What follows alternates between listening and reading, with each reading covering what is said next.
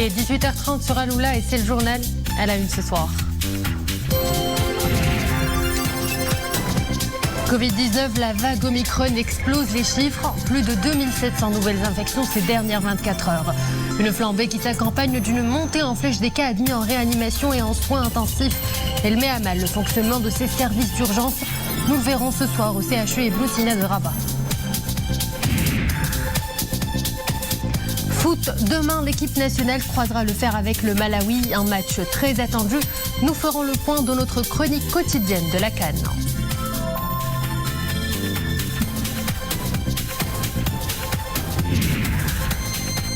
Et enfin, dernière escale de ce journal, Merzouga, au pied des dunes, deux artistes ont ouvert leur galerie d'art. Mais en temps de pandémie, et avec la fermeture des frontières, les visiteurs se font rares, un énorme manque à gagner pour toute la région. Madame, Monsieur, bonsoir. À la une de l'actualité ce soir, le pic de la troisième vague qui ne saurait tarder. Une situation très tendue donc depuis plusieurs semaines avec la montée en flèche des cas graves. Une centaine, voire plus par jour. La plupart finissent en réanimation. Résultat, ces services névralgiques sont en passe d'être submergés par le flux des patients en détresse respiratoire. C'est le cas au CHU Ibn Sina de Rabat. Reportage Mohamed Touanina, Samir Asban avec un commentaire de Mariam El-Missi. Au plus fort de l'actuelle vague, le service de réanimation du CHU Ibn Sina de Rabat est à nouveau au bord de la saturation. Les soignants se prêtent main forte pour prendre en charge un flot ininterrompu de malades.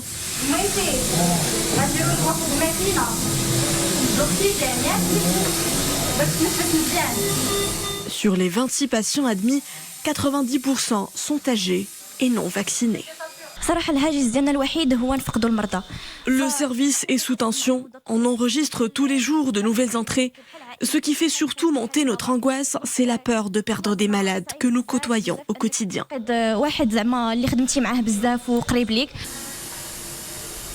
Entre cette peur latente, les soins des patients et la surveillance à distance de toutes les chambres du service, médecins et infirmiers sont sur tous les fronts.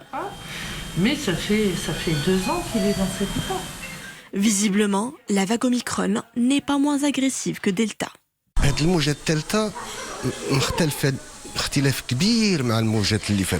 Cette troisième vague est bien différente de ses prédécesseurs. Les patients ne passent plus la porte de la réanimation en raison de lésions pulmonaires ou de détresse respiratoire comme lors de la deuxième vague. Avec Omicron, il s'agit le plus souvent de malades âgés présentant des comorbidités. Ce sont leurs pathologies aiguës qui aggravent l'effet du virus.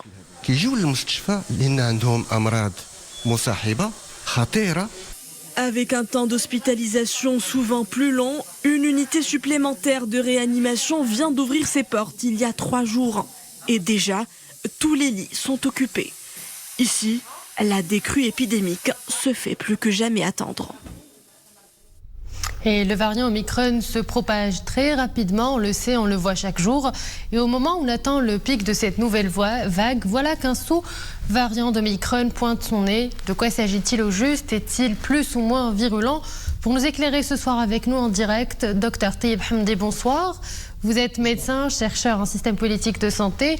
Que sait-on aujourd'hui exactement de ce nouveau variant Omicron BA2? Alors, ce sous-variant BA2, ce n'est pas un variant qui a muté à partir d'Omicron. C'est un sous-variant, donc c'est un similaire, c'est un semblable au variant Omicron BA1 qui est dominant un peu partout dans le monde, ici au Maroc. Généralement, c'est un phénomène qui est naturel et attendu.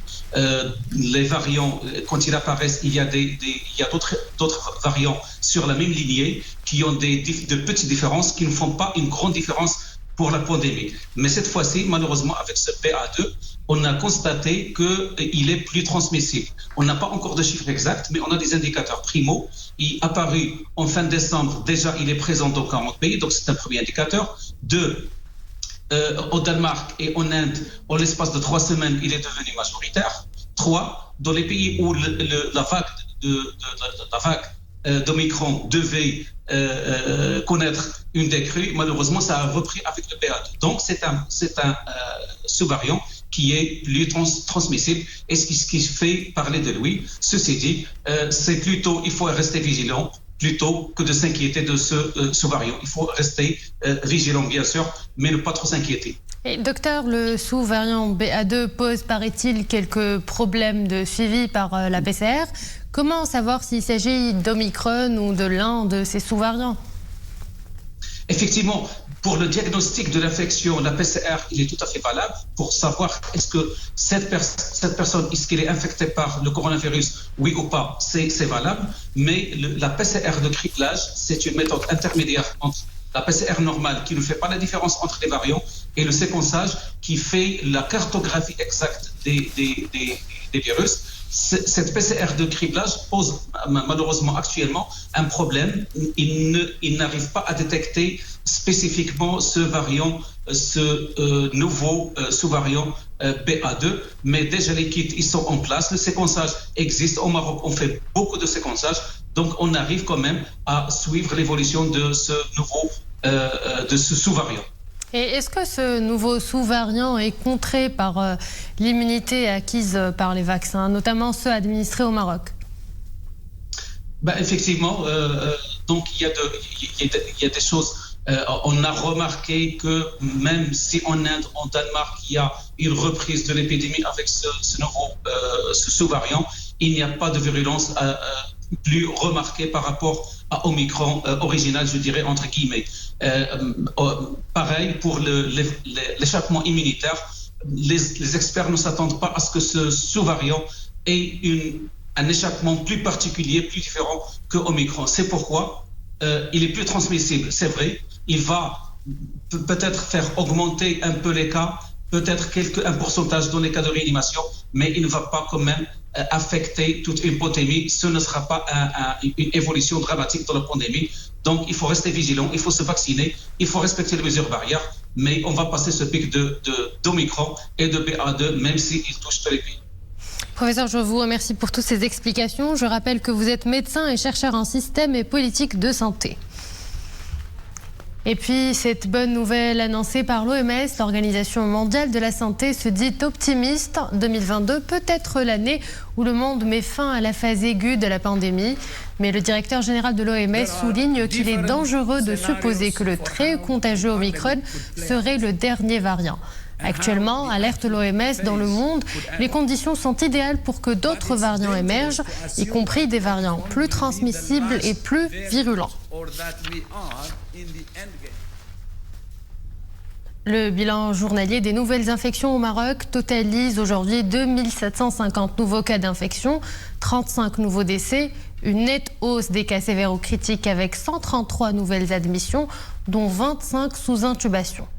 Pour ce qui est de la campagne vaccinale, les primo-vaccinés se chiffrent à plus de 24 600 000. Le nombre de personnes ayant reçu 2 doses vient de franchir le seuil des 23 millions et plus de 4 millions de personnes ont reçu leur dose de rappel. Et cette flambée des cas de Covid a entraîné un nombre de fermetures des établissements scolaires. Le dernier bulletin fait état de 196 établissements scolaires fermés durant la période du 17 au 22 de ce mois. Quelques 5802 cas de Covid ont été enregistrés et 495 classes fermées. Et c'est déjà l'heure de notre escale Cannes 2021. L'actu du jour de ce tournoi continental, c'est tout de suite en compagnie de Bob Kerbenrabret. Boubkal, bonsoir. Dans moins de 24 heures, le duel Maroc-Malawi. Un match à gagner pour le 11 national. En attendant, les Lions de l'Atlas enchaînent les séances d'entraînement pour mettre toutes leurs chances de leur côté. Bonsoir Oumaima. Effectivement, les Lions de l'Atlas peaufinent leur préparation à Yaoundé. Les Lions de l'Atlas ont effectué, après la séance d'entraînement hier, une dernière séance a eu lieu cet après-midi. A signalé que le Covid-19 a touché de nombreuses équipes. Et bien, chez nous, le milieu de terrain de la sélection nationale marocaine, Faisal Fajr, est le seul cas positif à la Covid-19 parmi les Lions d'Atlas. C'est ce qu'indique la Fédération royale marocaine de football sur son site officiel.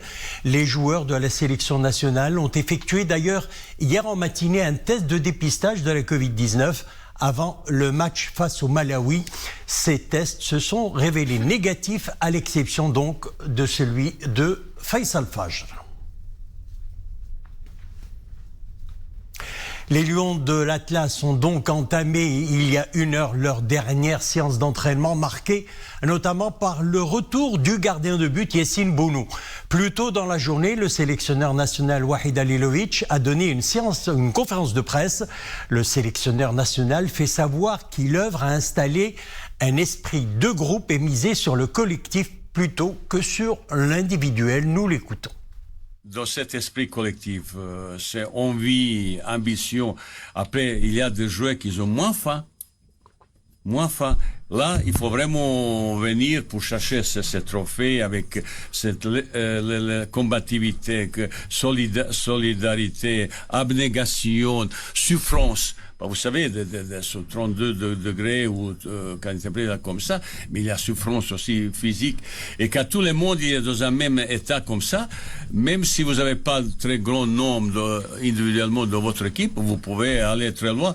Regardez un petit peu l'histoire de cette CAN. De temps en temps, il y a toujours, même demi-finale, ils arrivent équipe au final, même ils sont de temps en temps même gagnés. C'est grâce à ces combativités, un petit peu réussite. Pour moi, c'est esprit collectif, esprit de groupe qui est essentiel pour aller chercher quelque chose de plus. Voilà, c'était la déclaration en conférence de presse de Wahid Halilovic. C'était cet après-midi, c'est le début d'après-midi. Demain, donc, on rappelle, mardi 25 janvier, le Maroc joue le Malawi, c'est à 20h. Autre 8e de finale, toujours demain, le Sénégal sera opposé au Cap-Vert et c'est à 17h. Et aujourd'hui, au programme de match de 8e, Guinée face à la Gambie. Le match se joue en ce moment même. Il reste à peu près 10 minutes de jeu et le score est toujours vierge, 0 partout. Et puis, le Cameroun affrontera les Comores. C'est à 20h. Et pour la première fois, des femmes sont présentes à la CAN, notamment dans les rangs des arbitres. C'est bien cela, Boubkar ? Effectivement, Oumaima, parmi le corps arbitral à la CAN, 4 femmes. Une première dans l'histoire de la compétition, la Camerounaise Karine Atanzabong, la Marocaine Fetiha Jamboubi, assistante, la responsable de l'arbitrage vidéo et la Marocaine Bouchra Karboubi, et puis la Rwandaise Salima Radia Mukansanga, devenue la première femme à diriger comme arbitre de centre un match de la Coupe d'Afrique des Nations. Rwandaise Salima Radia Mukansanga, la Camerounaise Karine Atemzabong et 2 Marocaines, Fetiha Jamboubi comme arbitre assistante et Bouchra Karboubi, responsable de l'arbitrage vidéo, la VAR. L'arbitre rwandaise Salima Radia Mukansanga fait donc partie des 24 arbitres centraux de la CAN. It's honor, it's a privilege, it's a pleasure to me, to the rest. C'est un honneur, c'est un privilège, c'est un plaisir pour moi. Nous ouvrons la voie aux autres femmes arbitres africaines qui ont beaucoup de compétences dans le domaine et qui peuvent montrer de quoi elles sont capables. À 33 ans, la Rwandaise Mukansanga fait souffler un vent de fraîcheur. Bienvenue dans l'étouffante chaleur qui règne au Cameroun. Et pour revenir à la rencontre qui oppose la Gambie à la Guinée, eh bien on vient de m'apprendre que la Gambie mène sur le score de 1-0. Et puis le deuxième match, je rappelle, Cameroun commence à 20h. Oui, avant de clore la rubrique CAN et comme chaque soir, on termine par le flashback du prestigieux trophée Le Ballon d'Or africain.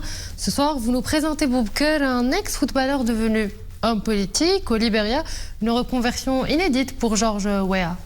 Effectivement, Oumaima, président de la République du Libéria depuis le 22 janvier 2018, George Weah, attaquant de renom, avait commencé sa carrière de footballeur au Young Survivor avant de rejoindre le club camerounais du Tonnerre de Yaoundé.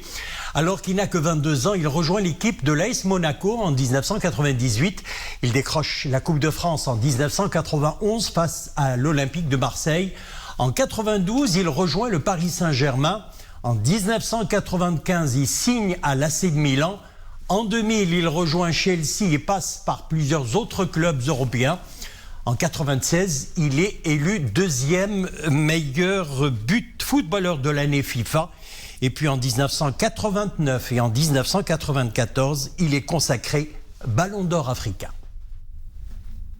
Et voilà, je pense que c'est la fin de cette chronique Cannes. Merci beaucoup pour toutes ces informations. On se dit à demain. Demain pour plus de détails concernant la rencontre Maroc-Malawi. Et cap à présent sur Merzouga, une destination habituellement très prisée des touristes, mais séduit aussi les artistes. C'est le cas de Johanna et Hassan Mahmoudi, un couple qui s'était pris de la ville, ses traditions et coutumes. Cela fait quelques années qu'ils y ont ouvert leur galerie d'art. En temps de pandémie, les visiteurs se font rares, mais pas de quoi décourager ces passionnés d'art et de couleurs vives. Rachid Leitabi, Zakaria Mouqin Billah et Nisrina Ozdar.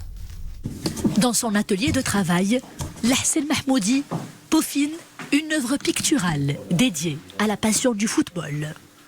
Les couleurs sont chaudes, typiques de la région. Johanna, son épouse, elle travaille sur une série de portraits. Nous vivons une période assez compliquée maintenant depuis presque 2 ans. Et c'est vrai que ces dernières semaines ont été particulièrement dures parce que nous sommes ouverts, nous avons notre galerie et il n'y a personne. Malheureusement, il n'y a personne. Un peu de tourisme local, mais vraiment très très peu. Les frontières sont fermées, donc c'est vrai qu'ici nous avons l'habitude d'avoir une clientèle internationale, de recevoir des gens du monde entier. Et là, c'est une grande tristesse. Traditions et coutumes, magie de la calligraphie, les artistes se considèrent comme des ambassadeurs de la culture locale. Tout trouve écho dans leurs travaux. On a ouvert cette galerie, c'est un endroit artistique presque 13 ans. Je pense qu'on a ouvert et le moment qu'on a l'habitude d'avoir l'activité, il y a beaucoup de monde qui vient, je pense, de toute la planète. Parce que chaque jour, comme ça, on a plusieurs nationalités qui viennent et tout ça. Et à cause de l'épidémie, c'est vrai, c'est très très triste. On voit comme ça que l'endroit est si vide et tout ça, c'est très difficile.